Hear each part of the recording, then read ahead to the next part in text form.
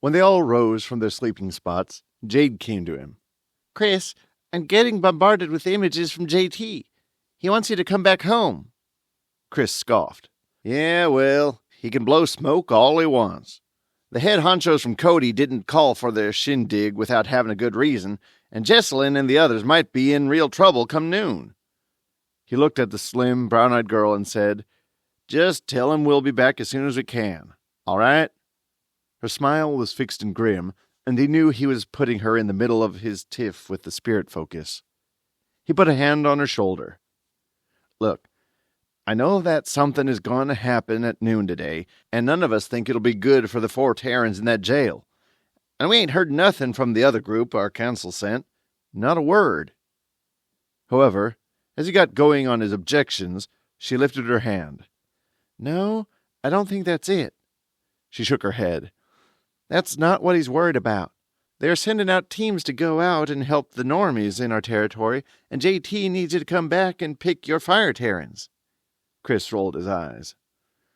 "That's it? That's all he wants? Seriously?" As he wanted to put in 10 more objections, he suddenly thought of a solution. "Tell him to talk to Jason Ratham. He knows the good guys, and he knows which of the fire Tarins are worthless." She nodded and let her Tarin rise. As the telltale purple glimmer entered her eyes, Chris breathed a sigh of relief. He thought that maybe the camp had been attacked or that their tree was in danger. Yet in that case, there were still more than 300 Tarins in that camp. Surely they could handle it, even if he, the Fire Focus, wasn't around. As they traveled south toward Cody, they left the 4 boys at Bud's. They could end up having to fight, and taking them was not a good idea. Chris worked with both Karsten and Damien, not only on using their unfamiliar horses, but also with their fire. While he'd learned the laser beam early, almost right from the beginning, they'd never used it. He set them to snapping the top strands of fences that lined both sides of the highway, although he inwardly winced. Whoever owned the cows on the other side would be uttering a few foul curses. He knew he would if this were his fence. Hopefully the destruction would probably be blamed on the refugees or raiders, maybe even on wolves chasing deer. As the younger fire Tarins worked on the skill, he corrected them now and again, even while they kept up with Roland's fast pace. Mostly he let them experiment, though, while he used the time to let his little yellow gelding get used to his signals. It was harder for Damien. While his sore old mare was gentle, she only had the bare minimum of training. It didn't help that he twitched and sometimes shook as his body craved whatever illicit substances he had been using. He was gaunt, all knees and elbows, his face pale and his skin slack, and he'd never been a good rider. After crossing a hard incline right by Hart Mountain, though, the road into Cody was all downhill. Their horses trotted easily past several houses on both sides of the highway, but only one seemed to have anyone living there still. When Chris asked Brandon about it, the older man answered with one word: water. There was no electricity to power the pumps, nor were there trucks to deliver it to the cisterns. Without water, it was no longer possible to live there.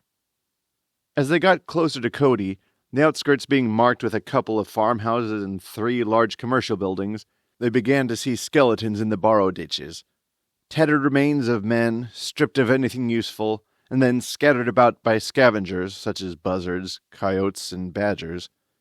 In contrast, on the other sides of the highway fences, orderly rows of greens and vegetable towers could be seen. At one point, a herd of goats came to the fence, the little bells around their necks ringing merrily, and they ran along, baaing at the strangers who passed by at a high trot. When Chris asked Brandon about it, the older man said, "What? Are you blind, boy? Didn't you see that big ditch we crossed half a mile back? All these fields are irrigated. With enough water from it, they can grow all kinds of things here." As he looked the verdant, well-kept rows over, he sighed. "My ex-wife would love this. We used to have a little place over by Ralston, and she always kept a small garden. If we were still here, she'd be right in the middle of it." Chris kept silent for a few strides. He knew Brandon was raw about his ex-wife, Shelby. She'd not been able to handle Brandon being gone as much as he was. Living at the Madison camp, she'd found a wind Tarin, a kid much younger than herself, and apparently the two were in love. Ada dropped back to ride beside him. "Your two fire Tarins are getting good at the wire-breaking thing, Chris." Chris laughed wryly. "At least they showed us they ain't too dumb to learn." Ada gave a grim chuckle as she caught his reference. Their mother used that saying all the time. They still didn't know if Mackenzie had survived her injuries. His smile was half grimace when he peered at his sister from under the brim of his black cowboy hat. "You know, we're going to have to make our way back home sometime soon. Not knowing how they are getting along is eating me up." She nodded, then reached over to squeeze his hand. "As soon as we can, all right?" Then, with an obvious effort to change the subject, she said, "What about Brent? How come you ain't teaching him these tricks?" Chris glanced at Brent, who was calling his dog closer, and, surprise, surprise, the mutt had actually listened for once. "Don't worry about him, sis. That boy ain't exactly slow on the uptake. He's learning, but he's just too mule-headed to let anyone see it." The road dropped down into the Shoshone Canyon, and the bridge over the river came into view. Just a little bit ahead, beside a turnoff to a dirt road, a small portable building had been placed, its door facing the highway and a couple of bikes leaning up against the side. Even in the darkness of the night, they could see the weed that had already begun to creep up its sides. As they approached it, Chris used his fire sight to try to make out any heat signatures inside, but he could only tell that the whole of the little building was warmer than the air surrounding it. Jade hurried her horse to come to his side, and her eyes shone purple in the darkness. "There are 2 guards inside. They are sleeping, but not deep enough to miss our horses' hoofbeats on the asphalt." Chris grinned at her and whispered, "Good catch, Spirit Tarin."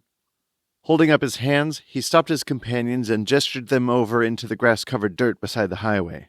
"Single file! Single file!" he hissed at each as they shifted their path. Then he reined his yeller horse back and waited for Jade.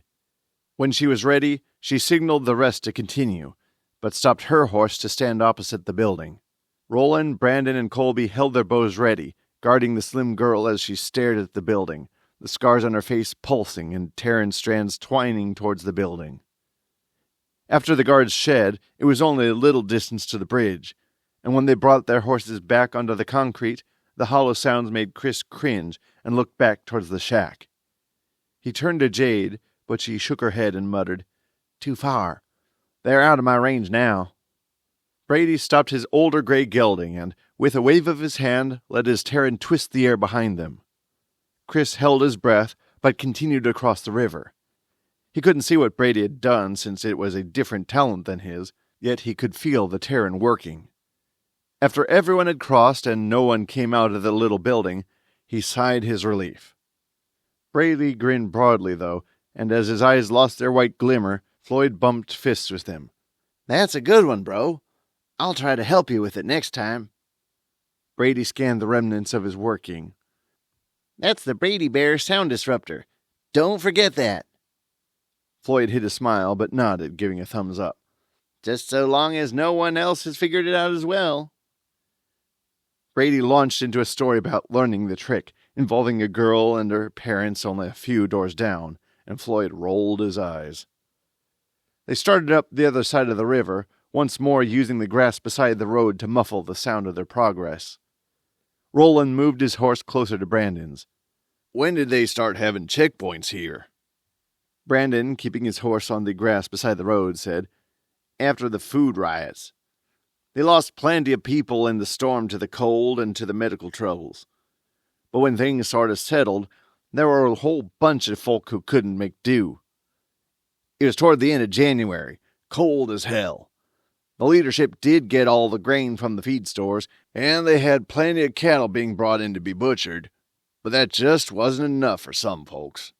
They wanted little bitty meals wrapped in plastic wrappers. There were protests, and then the protests turned into riots."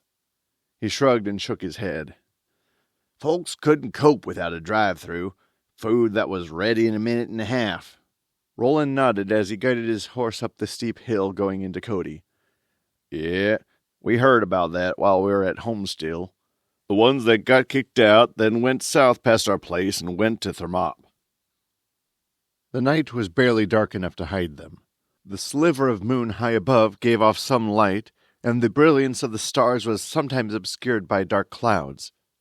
As they crossed the bridge, their horses' hooves rang hollow thump, drowning out even the sound of the water rushing past below. Brandon guided them up another steep incline and around a compound plainly marked Park County Law Enforcement Center.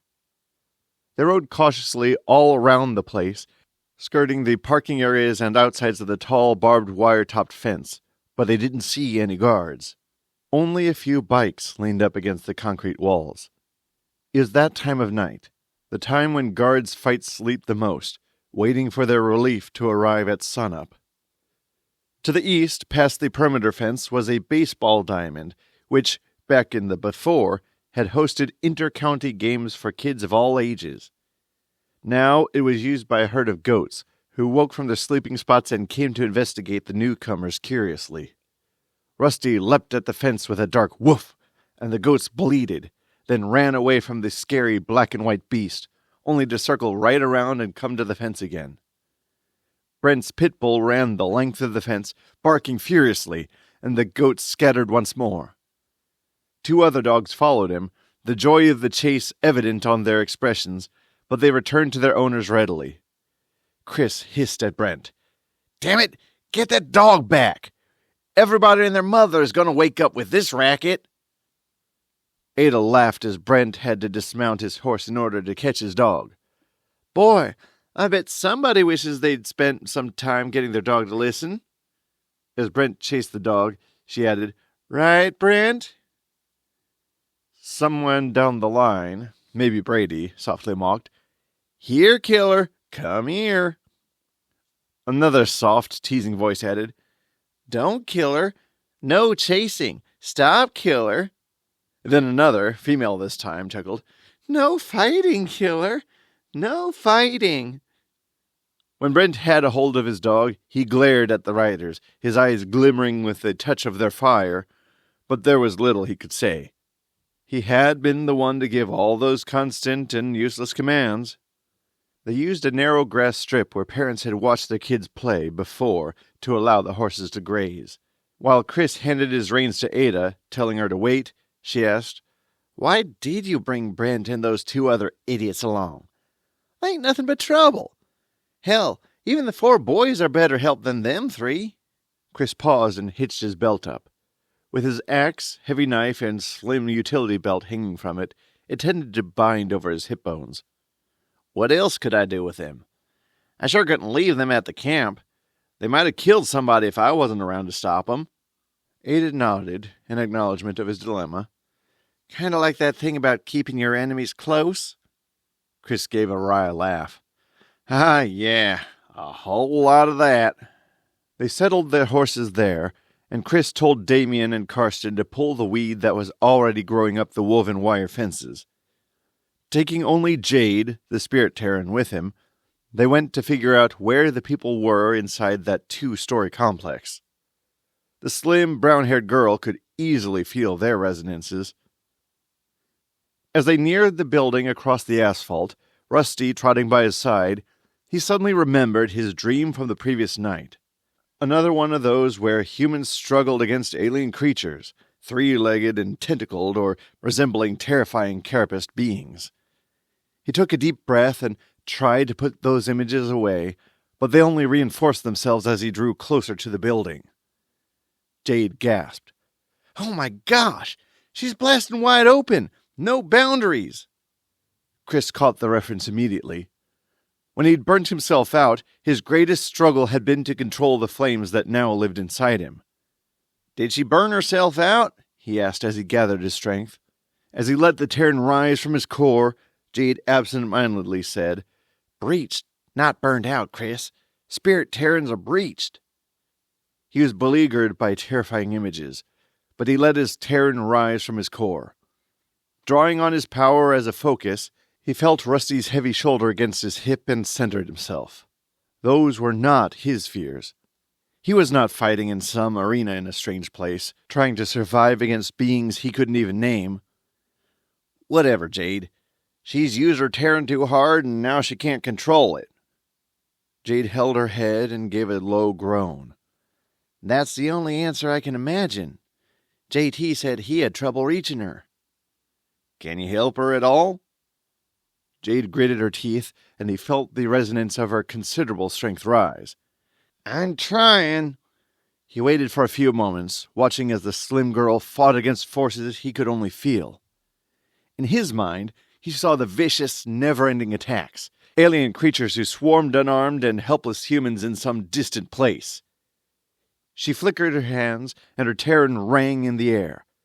Suddenly, she put up her hands against the wall and whispered, Yes, that's it, girl. Come as close as you can.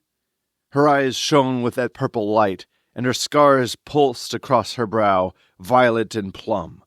Rusty left Chris's side to sidle up to the spirit Terran, his big head going to her midsection, and she let her hand fall onto his thick coat. The dog made a reassuring huff, huff. Jade drew on his Terran, but at the same time managed to separate him from her sending, and he breathed a sigh of relief. Dang, and I thought burning my fire out was bad.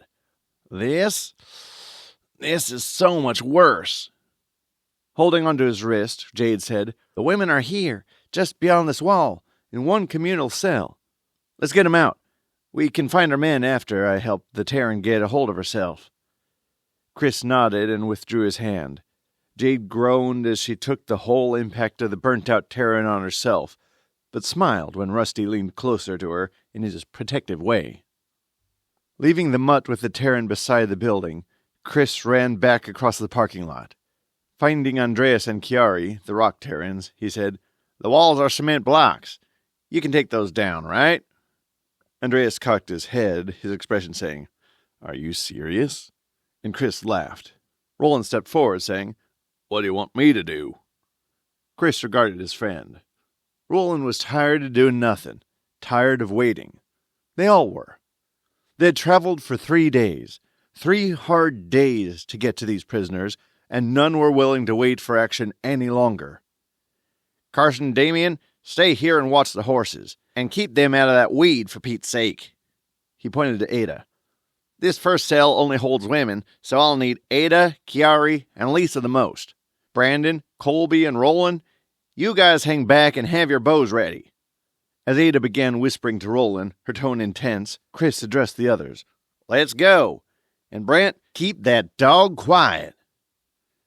They hurried across the lot and joined up with Jade, who was still clutching Rusty's coat with her hand, the other pressed against the wall. As Andreas and Chiari, the 2 rock Terrans, briefly conferred with each other, Andreas's little speckled mutt leaned up against Jade as well. Absent-mindedly, Andreas stroked the dog's back and returned his attention to the building. Then he and Chiari put their hands against the cement wall. For a moment, nothing happened. But then, instead of bricks crashing down, the concrete melted under their hands, flowing down like thick pudding and pooling at their feet. Working together, they continued to melt the stone, silently, directing it down and away until a man-sized hole had been formed. At first, the air was filled with the smell of wet concrete, but then another odor joined it. Fear-tinged sweat, urine, blood, and the sickly sweet smell of infection. The stench of too many people confined in one cell. Andreas and Chiari put their hands to their noses and stepped back, pointing their faces to the fresh Wyoming wind. Only Jade wasn't deterred. Without the slightest hesitation, she entered the hole, found the other Spirit Terran, and grasped her into an enveloping hug. With a curse, Chris rushed after her, axe in one hand, the other outstretched and filled with his flames. Immediately, his firesight showed him well over a dozen women in the complete darkness of the cell. They lined the walls, terror and fear twisting their faces as they huddled together, some weeping and others viewing the new hole with panicked eyes. The breached Spirit Terran's sending had terrified them all, except for Jessalyn. He recognized her slim form as she stood, her Terran in her eyes, her back straight, and her hands making calming motions. Don't be afraid. These men came to get us out of here. Rusty was by his side, and his heavy shoulder bumped against Chris's hip. He only examined the area in confusion. He could find no threat here, only a bunch of frightened women. Then he rushed forward, jumped in, and with a paw on each of Jessalyn's shoulders began licking her face. As Jessalyn embraced the huge dog, fending off his overzealous show of affection, some of the other women came out of their shock. Lisa, Ada, and Chiari stepped into the cell then and addressed the women, one by one. Taking a hand or touching a shoulder, they drew the traumatized prisoners to their feet. "Come on, let's get you out of here." They pressed the women to their feet and urged them to leave. "That hole in the wall, our guys made that just for you. Get out and get safe." Brady and Floyd, air Tarins both, stood beside the hole and helped the women over the strange melted cement. Brady's blue healer and Andreas Ossie were beside them, and their friendly expressions and wagging tails did much to dispel the fear that clung to the girls. There was a rattle from the barred door of the cell. A stout woman guard stood past it, shouting loudly, "Damn it, you little pissant! I told you to stop doing that crap! Do you really want me to tell the deputies to make you quit?" She held a cattle whip in one hand and an old-fashioned oil lantern in the other. Suddenly, flames, his own flames by the resonance, filled the cell. The remaining women cowered against the walls, crying out in fear, and the other spirit Tarins struggled free from Jade's grasp. With a terrified cry, Jessalyn dropped low, and her eyes shone as her Tarin, water, rose within her. Chris glanced down, confused, but the Kindle above his hand was still there, hovering calmly. With a wary glare outside, he saw Brent beyond the opening in the wall, watching in surprise. The other fire Tarin stood calmly, his fire ready yet contained. Switching to his fire sight, he realized there was no heat, none at all. It was the spirit Tarin. With a flick of her hands, she had thrown an image of Chris's own flames against the matron. The prisoner matron ducked, and then realized that there was no heat to what she saw. She wielded her whip, snapping it loudly. "Knock it off! I told you 1,000,000 times! Nobody's coming for you!" She slashed at the flames and boldly marched past the cowering girls. "You think you can make me believe you're getting out of here? Nobody likes you!" She laughed as she indicated the hole in the wall. "I'm going to make you regret all your little mind game bull crap." The next time her whip whistled through the air, though, it hit Rusty, who'd been shielding Jessalyn. With a savage growl, he leaped at the stout woman, and his great weight bore her down. Both the blue healer and the Aussie joined the attack, taking a hold of her flailing legs. Rusty's shiny coat was strafed by a couple strikes, but then he was on her, savaging her face. She screamed and raised her arms to push him away, but it was no use. Snarling, the dogs had a hold of her now, and Rusty punished her for threatening those he considered his. Now Chris came out of it. He'd been standing there, doing nothing, so shocked by the matron's total disregard of them. But not before a young woman rose from where she'd cowered against the wall. Thin and lanky, tall for a girl, with the ends of her hair colored in whitish blonde, she called, "Kill her, buddy! Nail her! Yeah! There you go! That's the way!" Several other women laughed and cheered as the prone matron continued to cry out at the 3 dogs' bites. "Back, Rusty! Back!" Chris called, the universal cowdog command every pup learned first.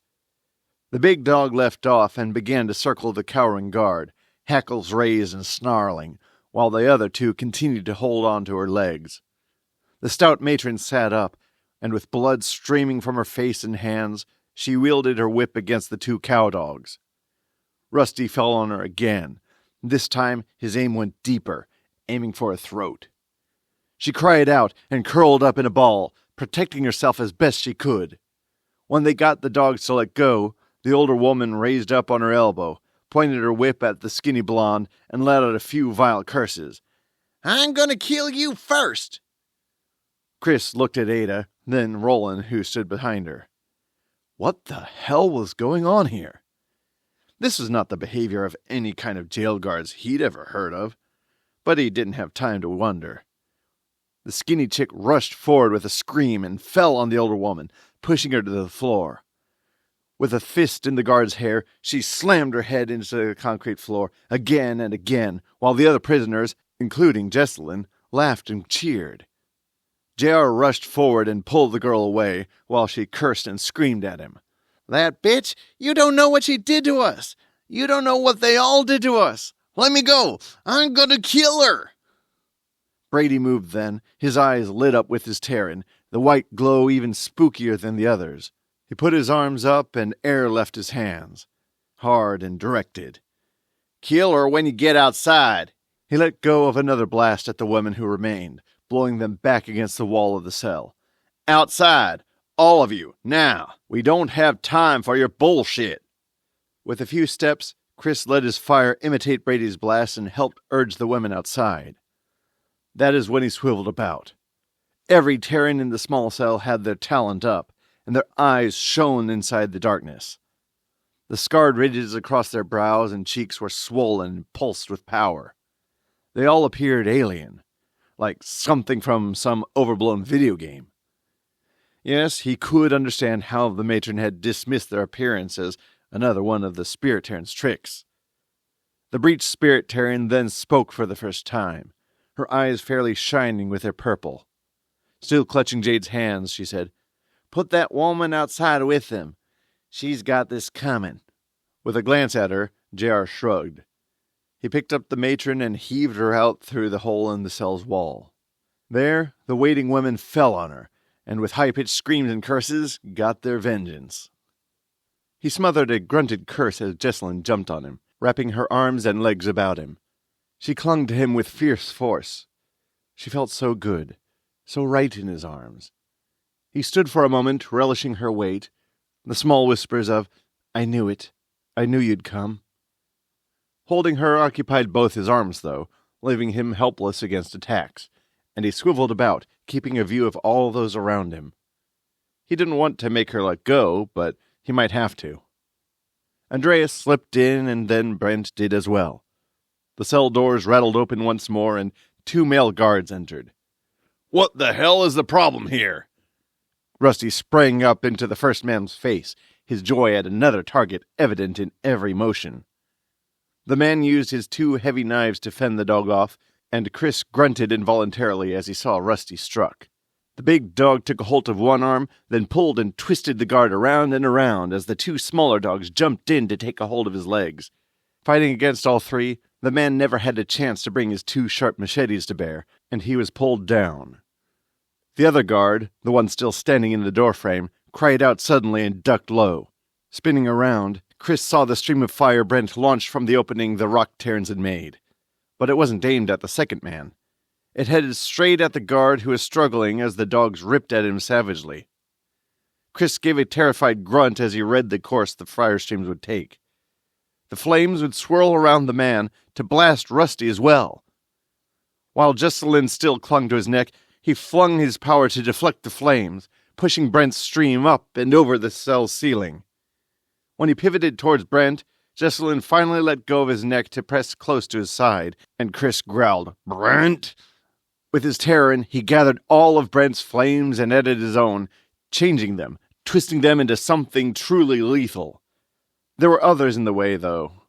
Normies like Colby and Brandon, as well as Floyd, the other air Tarin, and Chris strained to hold his attack. The expression Brent leveled on him was filled with momentary guilt, which quickly gave way to defiance. "You should have called the mutts back." Then he added in a not very silent mutter, "What an idiot."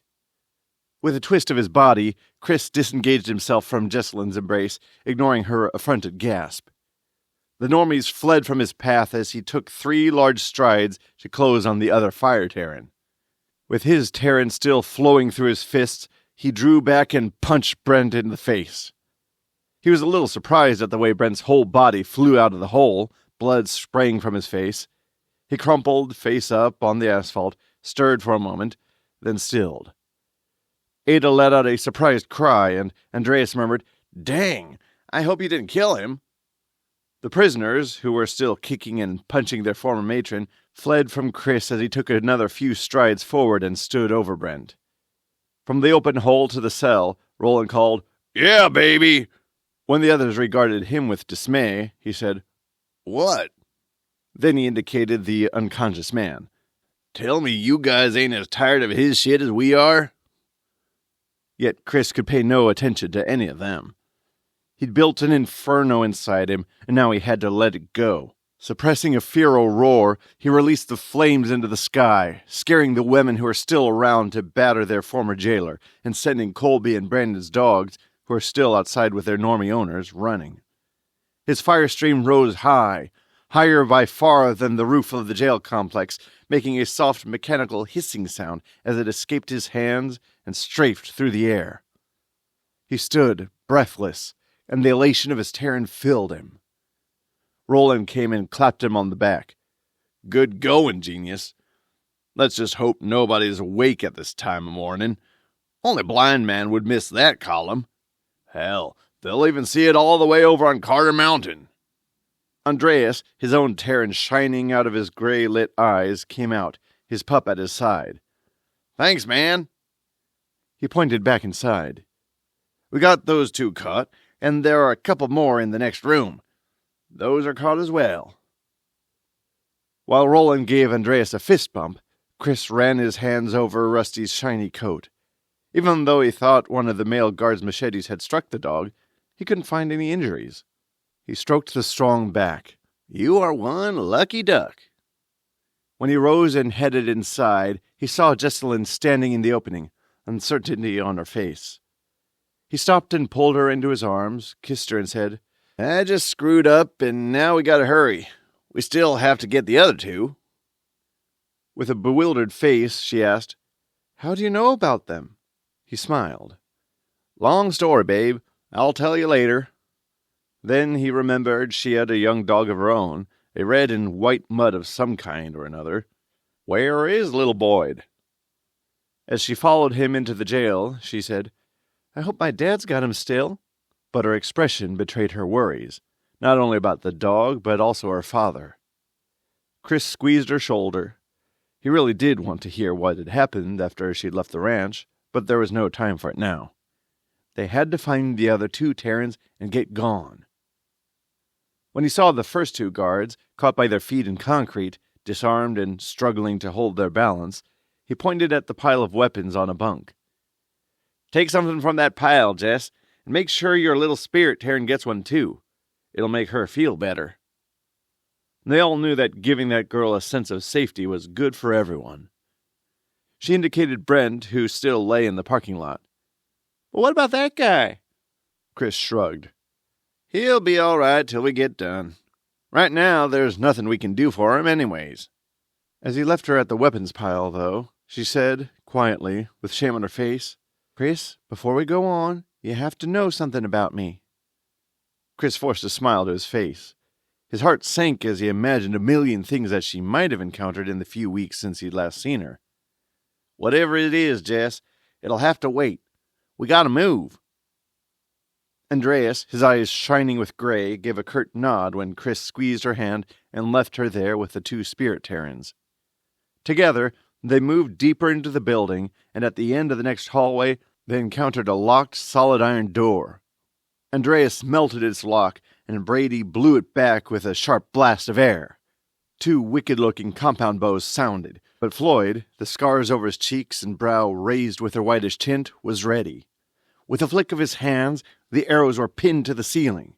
The axe that another guard threw followed, and then the four men, all wearing the black and tan of law enforcement officers, cried out with surprise as they suddenly sank 6 inches, and their feet were caught fast in the concrete floor.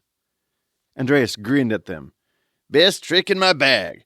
Such an easy way to get everybody on speaking terms." The guards were armed with axes, machetes, and heavy bowie knives, yet they could do little when they couldn't move their own feet. Then their weapons flew from their hands to clatter across the floor. Chiari smiled wryly and said, "Oops, sorry about that." As they approached, the officers examined them warily. Rusty, pacing beside Chris, his hackles raised and his long white fangs bared, drew a few disconcerted whispers. Then one guard hissed, "Those are the devil worshippers." He indicated the Terran's glowing eyes and raised scars. "I thought we had them caught up in the tunnel." Another man shushed him, though. Chris exchanged a worried glance with Roland. That could only be the 2 Terran teams the council had sent. He'd tried to tell them coming through the Norfolk Valley was a bad idea. There were too many ambush points. The 3 tunnels on the east side of the lake were excellent ones. Chiari, her eyes illuminated with the Terran inside her, stepped forward. You don't want to hide any weapons from us. See, some of us devil worshippers have this little trick. We can feel iron. She pointed her hand at one man. Like that one behind your back. What if I simply increase the temperature in it? She nodded at Chris. My tall buddy here could take that temp up to 1,000 for you. You really still want that in your belt? The man twisted about and hurried to get another stout knife from the small of his back. The weapon he added to the pile glowed a dull red, then the color flickered to an even duller gray. Relentless, she fixed her scarred visage on another man, who quickly fished another slim blade from his boot. Roland advanced through the cell door, but when he reached down for the weapons, he was forced back. A wall of air, rigid and unyielding, pushed him, along with the axes and knives. Sarcasm dripping from his words, Brady said, "Oh, hell yeah! What a great idea! Let's have our Normie friends go first while us Terrans stand back and watch." Incensed, Roland spun about and hissed, "You could have given me a heads up." The Air Terran's eyes were white, and the scars across his cheeks pulsed. "Why? 'Cause you're too stupid to read the room? Even the friggin' dogs knew to stay back." Roland muttered something, and Floyd answered, "Look, moron, we know where our guys are. We can feel them." He spread his hands. "Of course, you can charge in first. That'll work out great. You run in and we can follow and protect your stupid ass." Then he approached one of the guards and roughly pulled the man's Kevlar vest off. Throwing it at Roland, he added, "Want something to do? Get these and put them on your girlfriend and the 2 spirit Terrans." Chris shrugged his agreement at Roland, although it felt like a total betrayal. His friend had been there for him since this whole thing started. Years before then, actually. They'd fought side by side, saving each other in a million different ways. He shook his head. "No, we fought together too often. You and me, we go together. But you can't go in first. You get in the way of our long-range attacks." Roland flipped him off and said, "Oh, thank you so much, Mr. Gracious Fire Focus." Then he pointed at Rusty and the other dogs. They were already scouting ahead, investigating deeper into the building. "But the dogs can go." Chris called Rusty back, slapping his thigh and indicating the dog should follow. Inwardly, he cringed. His friend was going to be butthurt over this. The Terrans followed the resonances they could now easily feel and soon located another iron door. The Rock Terrans once more broke the lock, and the Wind Terrans blasted it open, throwing it back on its hinges.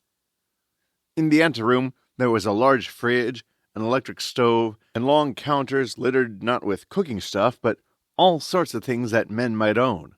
Gloves, hats, broken knives, light chains, dust-covered cell phones, and wallets were strewn willy-nilly over it.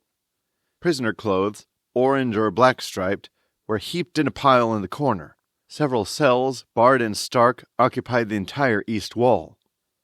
Then their eyes fixed on the 2 men who lay, helpless with their injuries, in the middle of the space. Sympathetic cries and groans escaped every mouth, and somebody, JR maybe, threw up. Their 2 Terrans' auras were overshadowed by the sickly taint every Terran fears. Blasted and flooded. But worse than that was how they lay on the floor, moaning with pain, holding their arms close to their middle. It took Chris a moment to comprehend their obvious agony. The thought itself was so foreign to him. Only the clumsy, bloody bandages over the ends of their forearms made his mind process what he refused to accept. Their arms ended at their wrists. Somebody truly evil, had chopped their hands off. Here, in Wyoming, less than 80 miles from his home. The state of cowboys and mountain hands, of oil fielders and sugar beet farmers, of families and churchgoers. people he considered his neighbors, folks he regarded as like-minded and intrinsically kind. Yet one of them had chopped these men's hands off, to cripple them, on purpose. He brought up his own hands and let 2 small flames rise, for nothing more than to make sure that he could. Then Rusty pushed past him, nosed at the men's bloody bandages before dismissing them as harmless. He then paced the room, checking for threats. Somewhere behind him, Ada muttered a curse and bumped him as she rushed into the anteroom and knelt beside them. For long moments, Chris could not move from his spot. Only when Lisa hurried past and knelt beside the crippled Tarins did he shake his dread away. He kept his Taran high, ready for any threats, and slowly walked into the room. But his fire would be useless here. JR and Lisa's Taran flew from their hands, and the 2 agonized, writhing men began to calm down. "What happened here?" JR asked, as Lisa directed Ada to find more bandaging. One of them, the wind Taran by his resonance, mumbled through swollen lips, "Torture. The guards got off on it." JR growled low in his chest, then waved Andreas over. "I think they both have broken legs. Can you do something about that?" Andreas knelt and ran his hand over the spots JR indicated. With his expression uncertain, he said, "I can't help, but..." Nevertheless, his Taran flowed from his fingers, and again the men's auras quieted a little more. Chris had made a circle around the room, keeping an eye on the entry. How the hell had any Normies been able to get that close to a water and wind Taran? Behind him, a voice said, "They beat a kid. Or a girl. They weren't picky." Chris whirled around and, through the bars of the cell's door, was face to face with the prisoner. He was thin to the point of emaciation, and evidence of cruelty showed through the filth covering his body as well. His eyes were bruised and blackened, and his nose was crooked. "You asked how they got to those 2 guys? I was only around for my buddy there." He pointed at the wind Taran. "I never thought that anyone could hurt him. He could take the air out of anyone's lungs with a flick of his hands. But they got us cornered. And then they trotted out a little 10-year-old. After listening to that boy get beat for a few minutes, Redford just walked out and let them do whatever." Chris let out a vile curse and said, "Step back." The prisoner saw Chris's eyes, then alertly jumped back from the door. With his Taran's adrenaline filling him, it took nothing to burn the lockout. Little bits and pieces of molten metal still dripped down when he opened the cell and let the man into the room. With a thankful nod, he rushed to his buddy and knelt beside him. "It's me, Redford. I got you." Something broke inside the wind Taran on hearing his friend's voice. With tears coming from his swollen eyes, he asked, "Are you all right, Cody? Did they hurt you anymore?" But it was nothing compared to what it did to Chris. With a gesture, he told Rusty to stay with Roland, then strode from the cell block. Behind him, he heard his friend curse, then give Rusty to Ada. Together, they returned to where the 4 deputies were held, their feet still encased in the concrete. Chris grinned as his Taran rose higher and filled him, but his smile soon changed into a grimace as he began burning the guards' hands. Roland used his axe to chop at their legs, making them crumble even as Chris's fire punished the men who'd been capable of such an atrocity. They didn't hold back. When another set of men, clothed only in the orange prisoner suits, ran through, they laughed, cackled in glee even, at seeing their former guards. One man, his scalp split open and his dark hair fouled with blood, took one of the weapons still on the floor and slashed at one of the powerless guards. Both Chris and Roland stood back and allowed him to get his vengeance. Then the former prisoner searched for and found a small belt knife. Grabbing a guard by his face, he carved Tort on one cheek, then Urer on the other. Then he looked at Chris and Roland. "Let him get home with that. Let him explain that to his wife and kids." Roland smiled at Chris and shrugged an "okay." He held each guard's face as Chris used his fire to burn the word across his cheeks. The prisoner gave a grim laugh when he saw the result. approval on his face. And put rapists on their foreheads. He got right up close to one deputy and said, How could you do that to those girls? How could you sleep next to your wife with that on your mind? Chris and Roland did it, remembering the state of terror they'd found the women prisoners in. They had originally thought it had been because of the influence of the breached spirit Tarin, but considering the hate the skinny blonde had shown, they thought the guards' actions must be at least part of the cause. Then their companions came out of the cell block. Chiari and Andreas led the way, and as they reached the deputies, the two rock Tarins worked their power, finally releasing their feet from the concrete. Move! Get out of the way! The prison guards, limping and groaning with their injuries, took a few moments, then cowered against the walls of the hallway. The procession resumed its progress, with the two injured men at the heart of it. They seemed to float along several feet above the ground. Tarin sang through the air like the humming of a deep guitar string, and Brady and Floyd's eyes glowed as they held the vibration. Cody walked beside Redford, murmuring reassuringly. Ada walked beside the crippled water Tarin and, with a soft voice, explained what the injured man couldn't see.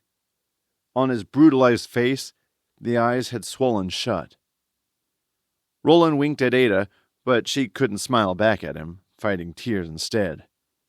With Rusty pacing before them, Roland and Chris ran ahead and cleared the way. When they reached the women's cell, they found the last two male guards. They were still caught in concrete, but now lay sprawled awkwardly.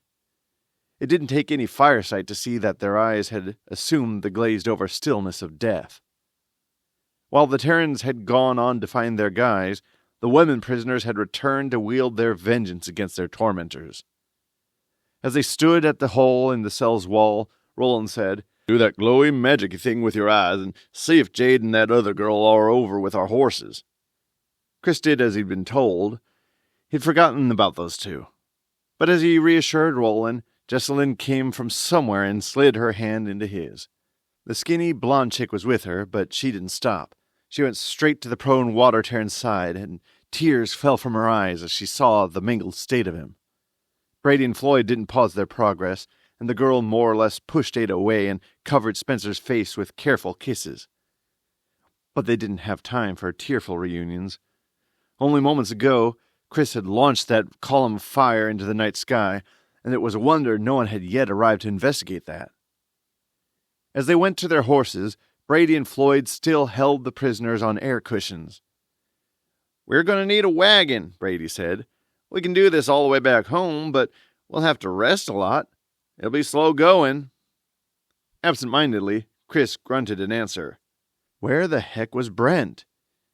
He should still be here in the parking lot or over with the horses beside the baseball green. When he asked Jessalyn if she'd seen him, she shook her head. I helped get him up, and he was a bit rummy. You did a number on his nose, though. It'll be a miracle if that heals up straight. As they continued toward their horses, she added, I do know where there are a couple of wagons we can use. When Chris, as well as Brady and Floyd, watched her with interest, she pointed across the river, saying the place was about 2 miles away. Only her face was grim as she described the place, and she kept her eyes away from the battered men or the two Tarins who carried them. Chris groaned inwardly. There was a story there, one she wasn't happy to tell. The group mounted their borrowed horses quickly. There were several extra riders now, Jessalyn, Ariel, Cody, and Shelby. Chris cursed himself for not taking that into account while they'd been at Bud's cabin, where they'd gotten the fresh ones. The two spirit Tarins had to stay together, and Jade insisted that Ariel ride behind her. Her big paint mare was fairly gentle, and the two women could maintain close contact. It was needed to keep control of Jade's wild-running Tarin. It wasn't quite as easy for Chris and Jessalyn. When he hauled her up behind himself, Little Yeller shied violently again and again. He didn't quite resort to bucking, but his skittering was enough to make Jess have to do some serious riding. Chris eventually managed to calm his mount, and he twisted in the saddle to regard his passenger. Dang, girl, way to stick that little bit. With a close eye on his reluctant gelding, he slung an arm around his girl, tugged her close, and smacked a proud kiss on her cheek. The rest of them had settled their horses easily. Shelby, the skinny blonde chick, clung to Brady, who held the air that carried Spencer. Brandon had taken Cody, Redford's brother, up behind his saddle, and he kept close to Floyd, whose air carried that injured Tarin. Yet he didn't see Brent or his horse. He went to Karsten and Damien. "You guys were watching the horses. His gelding is gone. You didn't see him leave?" "We were busy picking up the weed from the fences and making sure none of the horses got into it. If he took his horse, we didn't see him." Damien cast a furtive look at Karsten. Chris sighed. He might be able to make them own up seeing Brent leave, but they didn't have time. They had to leave. Now. An hour ago. They trotted away from the law enforcement center and over the bridge, and Brady and Floyd towed their air cushions along. While Chris could read the workings, he didn't really understand them. He knew, though, that even while the Terran committed was small, keeping it for a long time would be tiring. When they passed a small elm sapling, they saw the skinny pit bull. He was tied up, hunkered down, and watched the riders pass by. He only rose to his feet when Rusty approached to touch noses with him. Chris cursed. He slid off Yeller and gave the reins to Jesselyn. When he untied the dog, he stroked the sleek coat and muttered, "Let's hope I can get you to listen while we run back home." While Killer wagged his stick tail and licked his hands, it was Rusty who came to him then. With a gentle huff, he pushed between them and finagled a few strokes across his broad back. When he left, the pit bull followed the big dog, happy to trail along in his alpha's wake. They rode on for about a mile until Jesselyn indicated a narrow gravel driveway, and they guided their horses down it. She led them to a small set of new corrals where several mules brayed loudly when the riders approached. Even though there was a nearby house, no one, not even any dogs, seemed to be alarmed by the noise. She slid off their mount quickly and led several of their companions into a portable building. With her guidance, they had a couple of mules caught and harnessed and were hooking them up to one of the small sedan wagons there when someone came from the house further up the drive. Chris spotted the man first, and he rode up to him quickly, Karsten and Damien by his side. The two younger fire Terrans had finally figured out how to use their fire sight, though theirs didn't reach as far as his own. Rusty came out of the darkness, Killer beside him, the other dogs with their group in tow. The man was dressed in sweats, holding a loaded crossbow in the crook of his elbow and an old oil lantern in his other hand. He gasped when he saw Rusty, then leveled the crossbow at him. Hastily, Chris called Rusty back, and thankfully, Killer came as well. The man glared up at Chris then and challenged, "What the hell are you doing with my mules?" Jesselyn ran from the barn and slid between their horses on the narrow drive. "Brad, hang on! Just hang on!" She closed on the older farmer, and they quietly exchanged whispered words. Chris rode closer to try to listen, but their argument was already over. With a final nod at him, she stepped forward and addressed the three of them. "He wants to see your marks. Can you take your hats off?" They indulged her, of course, and the farmer stepped forward holding up his lantern. He approached Chris first, though he kept a wary eye on Rusty. Leaning from the saddle, Chris allowed the man to check out the scars Frey Matuk had left. The farmer scratched his gray-flecked beard.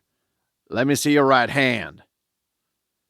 Chris took his leather glove off and held out his hand, turning it over and over, letting it be examined under the lantern light. There were no markings on it, of course. Gesturing at Jesselyn, the older man said, "Jesselyn has all scars on her face as well, but hers are tinged blue while yours are red," the man said. "What does that mean?" Watching Jesselyn, no small part of him wondering why this farmer knew her so well, he said, "She can do things with water. Me and my two buddies here can work fire." The farmer muttered under his breath as he noted Damien and Karsten's scars. When asked about the others, Chris answered readily, naming the other three powers represented among them. With a shrug, Brad dismissed them. "I don't see any sixes or anything that resembles that. They're just a bunch of body mods. Stupid-looking tribal BS." Karsten stepped his horse toward them. "Sir, I know what you're getting at. You're looking for 3 6s.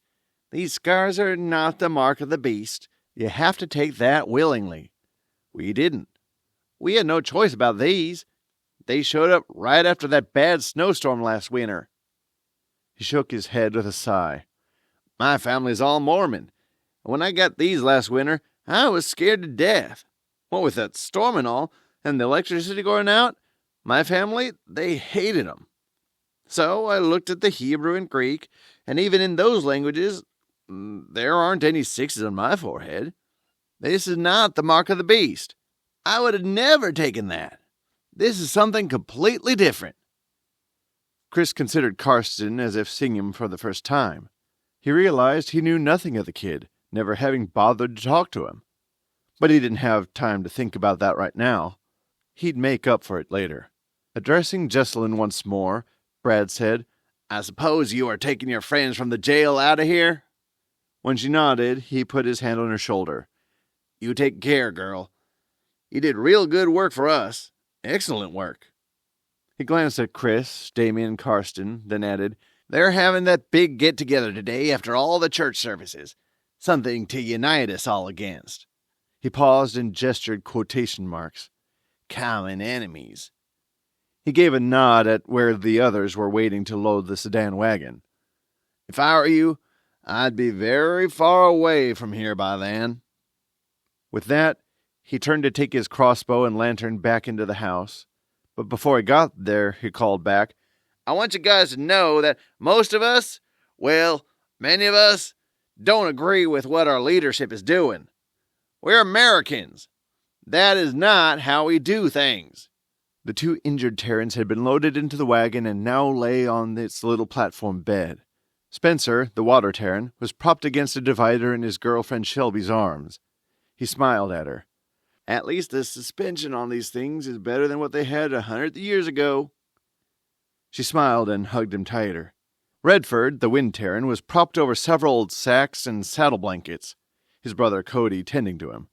Jade and Ariel sat close together on the front seats, and Jade held the lines to the mule team over the shortened hood. They were ready to head north, fast as they could, and get the boys and their horses from Bud's place, then get these 4 Tarins in front of the mother. Hopefully, Freymatuk would be able to heal what the Tarins themselves couldn't. This was a story from the Wyoming Tarin Rising series, and we want to thank you sincerely for listening. Please press that like button now, since that will help the vid and the story get recommended for others. Besides, nothing makes a person's day more than seeing those likes. This part was called Wyoming Tarin's Rising, The Prisoners. It was narrated by Josh C. Williams and written by Ashakery Dart. It is copyrighted for March 21st, 2026. Hopefully we'll have another one ready for you soon, so be sure to subscribe and check back for updates.